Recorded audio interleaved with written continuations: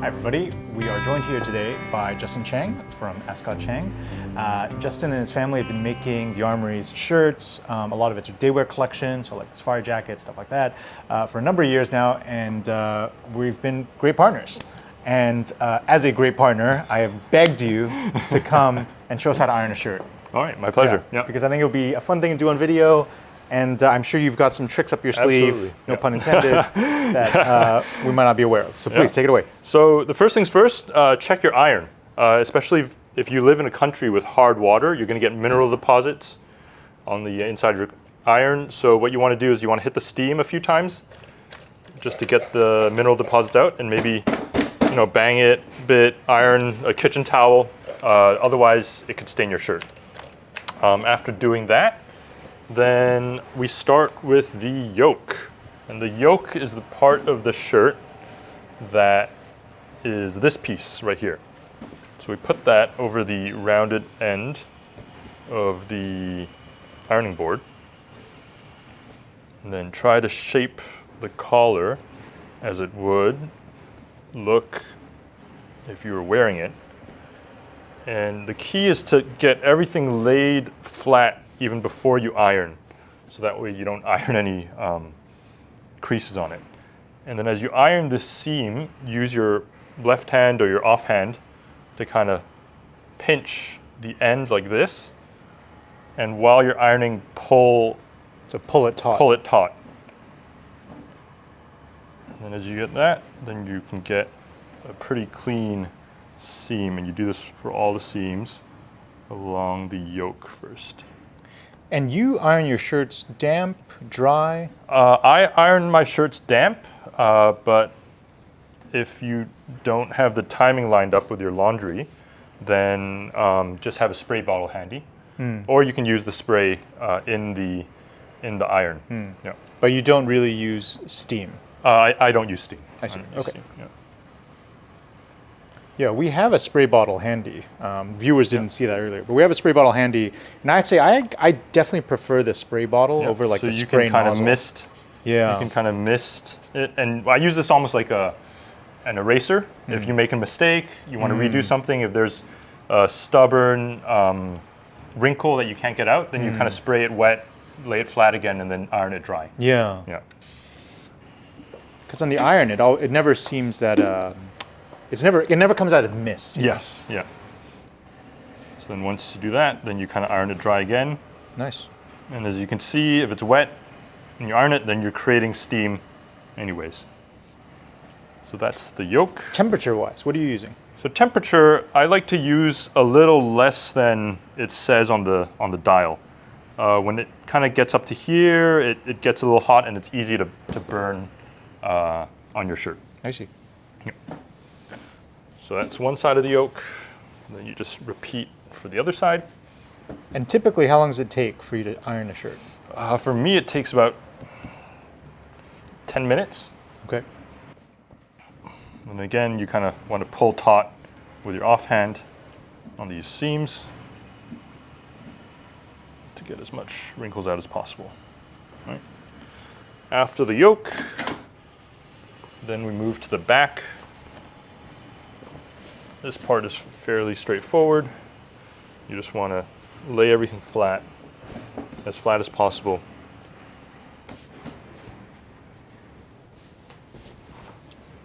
And press it. And this is where the spray ball comes in handy. See, there's a crease right here. Then you just want to mist it over the part that's not quite damp. Anything special you have to do if you have darts in your shirt? Not really. Just try to lay it flat as much as possible. You're going to get kind of the fabric to wrinkle here naturally. So then you just avoid those parts, and then you move it, and then just lay it flat again. So you can't get the back all in one go. You just kind of have to do it part by part. And this shirt is a poplin, an Oxford? This one is a micro twill. Ah, okay. So twills are a little easier to iron. Oh, yes, you're right. Yeah. Yes. And then again,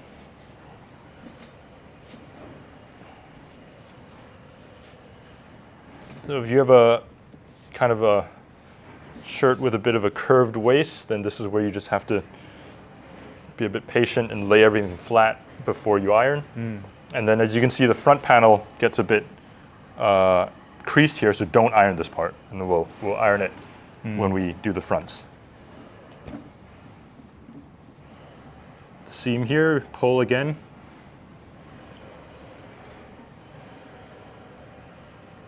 And when you're ironing, don't really have to press down. Just kind of like a gentle, consistent force is good enough.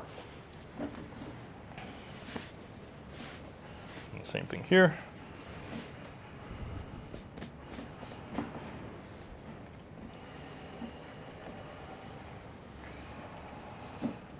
All right, so now we have the back done. Now it's have to move to the sleeves. The sleeves, the key is to fold it along the underarm seam here. And if you can get the seam just showing like this, then you can kind of lay the fabric completely flat. And then you just iron the sleeve flat like this. So you can start from the bottom, iron like this. And when you get to the top, it depends if you like that sharp crease down the outside of your arm. I don't, so then I go kind of right up to the fold line and I just don't iron over the fold, or I kind of just brush it. So you're kind of brushing it with the iron, and then the rest you can press down. All right. Then you pretty much got a sleeve there. And then along here, then you do the cuff. Cuffs, the tricky part. But what you want to do is iron the underside of the cuff as much as possible. It may not be possible with the French cuff, but for regular cuffs, you want to iron the underside of the cuff. And a trick that we use, first kind of spray it down a bit, just to get it a bit wet, is to hold with the offhand maybe a third of the way up the sleeve like this. Then you use the iron and you kind of just go like this. And then you're kind of rolling the cuff as you iron. And keep this kind of taut, and then that will help you kind of get these small sleeve placket areas. Oops, let me adjust it a bit. And is there anything special you have to do for the pleats where it meets the cuff? Well, the beauty of this method is that you kind of don't have to do too much with the pleats. You just kind of keep it tight, and then it kind of just naturally. And the pleats naturally just fall into place. Yeah. Got it.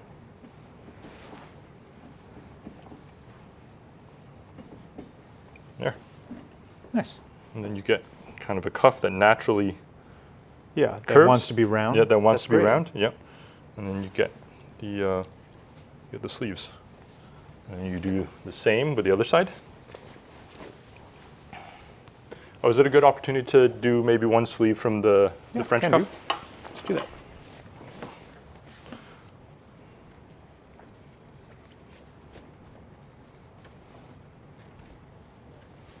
Just try to lay it as flat as possible.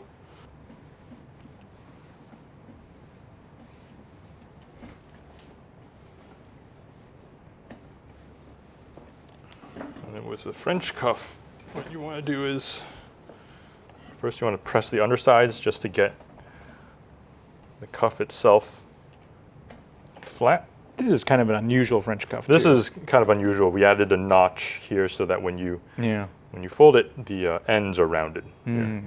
It's a bit difficult to do this part, but I think it has a nice effect. But the principle is the same Yes. for a French cuff. So then you want to iron the undersides, taking care not to completely disappear the crease where you fold the cuff. And when you fold it, the key is just to make sure the buttonholes align.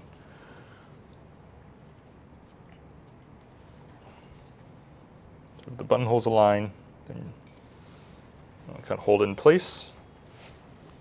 Then gently press this crease. You don't want to overdo it here. Okay, and then you flip it around, and then you do the same thing with that we were doing with the regular cuff. Yep. It's a little bit trickier with the French cuff, but the principle is the same.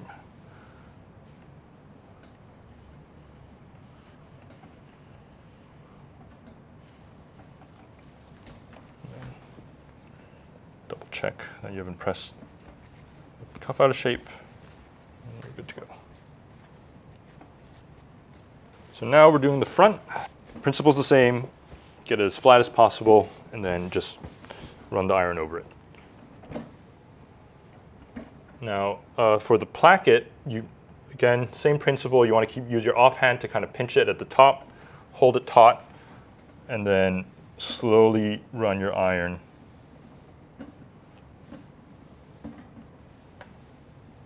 over the placket.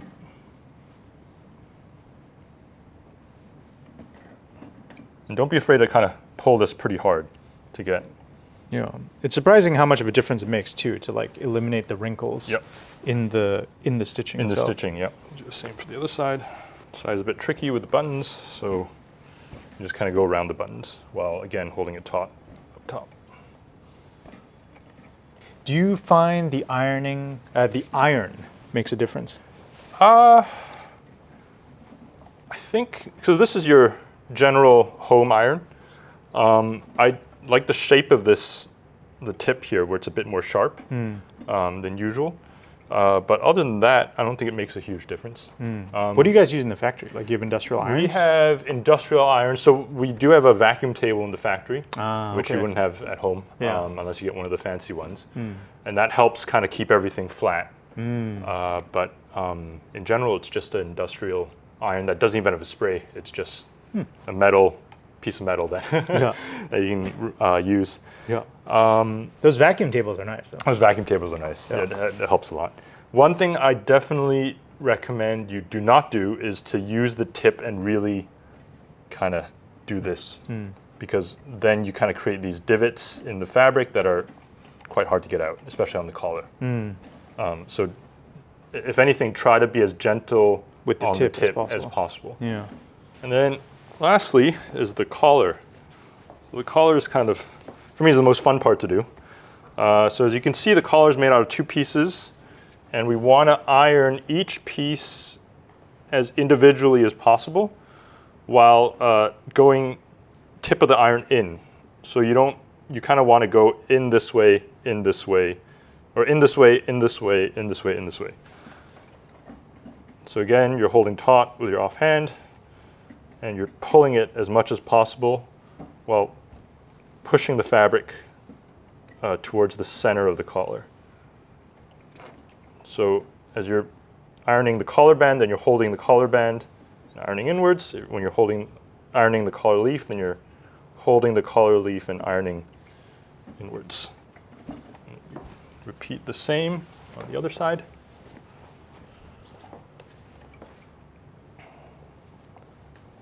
Again, collar band and collar leaf. And you're pushing inwards, partly because this piece of fabric, when they're joined together, they're basically 2 curves that are meeting. So you want the there's excess. always going to be a bit of excess. Yeah.